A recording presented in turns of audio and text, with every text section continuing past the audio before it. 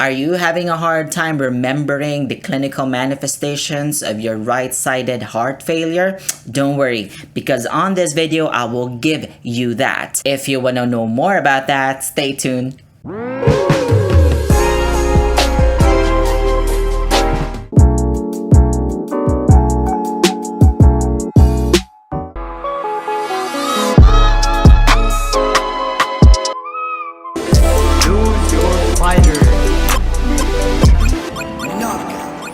Welcome back to my channel. If you're new here, my name is Neil Gavin. I'm a registered nurse and I do have a degree in medical surgical nursing. I create nursing educational contents to help nursing students with their studies. If that's something that you are interested in, consider subscribing. If you're already a subscriber though, thank you so much for your love and support. I see you. I upload my nursing educational contents 2 to 3 times in a week. Don't miss that out. Subscribe now. Hit that notification bell so that you will be the very first to watch my newest uploads. Also, don't forget to give this video a big thumbs up and share with your friends because that will really help me know that you like to see more content like this. Without further ado, you ready? Let's do this. Hello nurses! Yes, for today nga, ang gagawin natin ay tatalakayin natin yung mga clinical manifestations ng iyong right-sided heart failure. Maraming clinical manifestations yon. At isa ito sa mga playlist na channel ko kung saan sisimulan ko yung pagka-create ng mga reviewers, mga nursing mnemonics, and tips. Okay? Now, if you have other nursing concepts that you want me to do a nursing mnemonics or share to you the easiest way for you to remember the signs and symptoms, the interventions, all of that good stuff, let me know in the comment section below. I'm going to provide you the easiest way for you to remember the signs and symptoms of your right-sided heart failure. In order for me to do that, I will switch back to my PC and I'll see you guys in a bit. Alright, hi everybody. Welcome nga sa ating formal discussion ng iyong right-sided heart failure manifestations. Yes, this is another series sa ating nursing concepts kung saan I will give you tips and nursing mnemonics. Usong-uso yun sa atin. Alam mo naman na sa sobrang dami ng information sa nursing, we really wanna make sure that we remember everything. And one way of doing that is through mnemonics. And I'm gonna give you on how the easiest way for you to remember this concept, okay? Especially the manifestations nga ng yung right-sided heart failure. Now, in order for me to help you cope up with the tons of nursing concept, like I said earlier, here are the visual nursing mnemonics and tips. Now, we only have one objective for our today's discussion, and that is to discuss the right-sided heart failure manifestations. Now, let's proceed with the discussion. When the right ventricle fails in right-sided heart failure, congestion in the peripheral tissues and viscera predominate. This occurs because the right side of the heart cannot eject blood and cannot accommodate all the blood that normally returns to it from the venous circulation. Right-sided heart failure primarily produces systemic signs and symptoms. Gusto kong maalala mo, reviewin lang natin, ano ba yung function ng right ventricle natin? Di ba siya yung nagre-receive ng oxygenated or deoxygenated blood? What is the answer? It is the deoxygenated blood. Remember? Tapos iputulak ngayon papunta sa saan? Sa pulmonary artery away from the heart.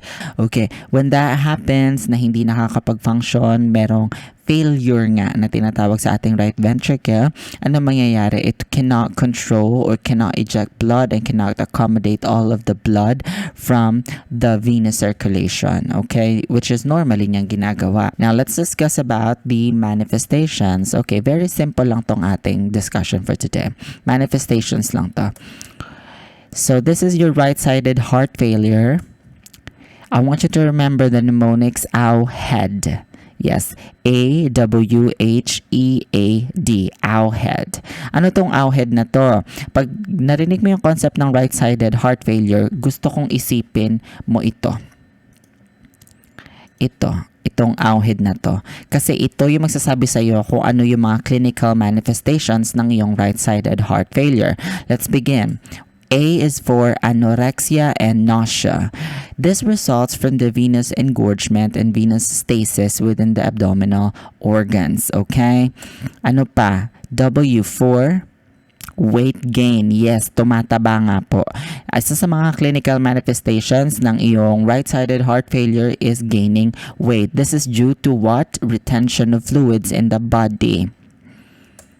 H is for hepatomegaly. Yes, paglaki or enlargement ng iyong liver. This results from the venous engorgement of the liver. Increased pressure may interfere with the liver's ability to function. E. Sana tayo? Letter E na. E is for edema. And mind you guys, not just simple edema, but bipedal edema, meaning right and left pedal edema. Edema usually affects the feet and ankles and worsens when patient stands or sits for a long period of time. And then A is for ascites. Yes, ascites nga po. This is the accumulation of fluid in where? In peritoneal cavity.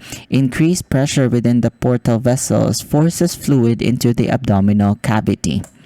D is for distended neck vein or jugular vein distension. Increased venous pressure leads to distended neck veins. Once again, this is your manifestation, clinical manifestation ng iyong right-sided heart failure. I would just like to give you some tips, When the right ventricle falls in the right-sided heart failure, congestion in the peripheral tissues and the viscera predominates.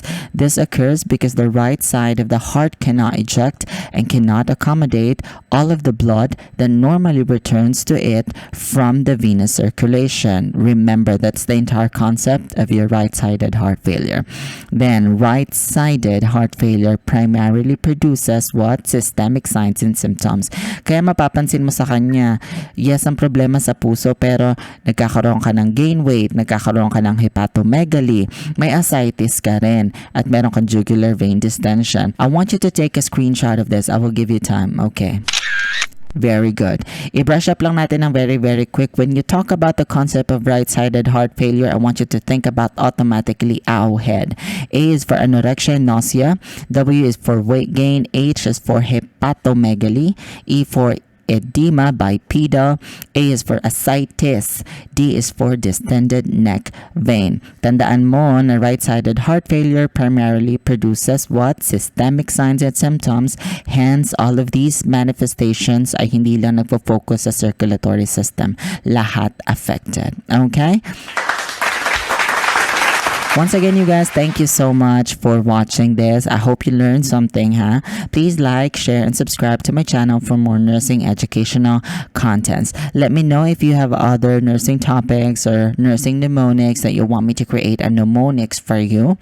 Kasi alam ko na gamit itong mga mnemonics na to. Napakalaking tulong nito. Huwag ka mag-alala kasi dito rin ako kumapit. Noong mga panahong nagre-review ako for board exams, mga kung ano-ano pang exams dyan. Help me spread the news, help me spread my contents, nursing contents to all the Filipino nurses, because this is really all for you guys, especially dun sa mga students, sa mga gusto ma-refresh. I'll see you again next time. You stay safe, baby. Thank you so much, you guys, for watching. Hope you enjoyed this one. Help me grow my channel. You're already here. You might as well subscribe. #TeamKuto. Don't forget to give this video a big thumbs up and share with your friends. Let me know what you guys think. Put them down in the comment section below. Also, don't forget to check out the other playlists I created for you. We'll be putting the links on the description box, or simply click this icon button right here. Let's connect. Follow me on all my other social media accounts. Everything is at Neil GALVE. I'll see you again, baby.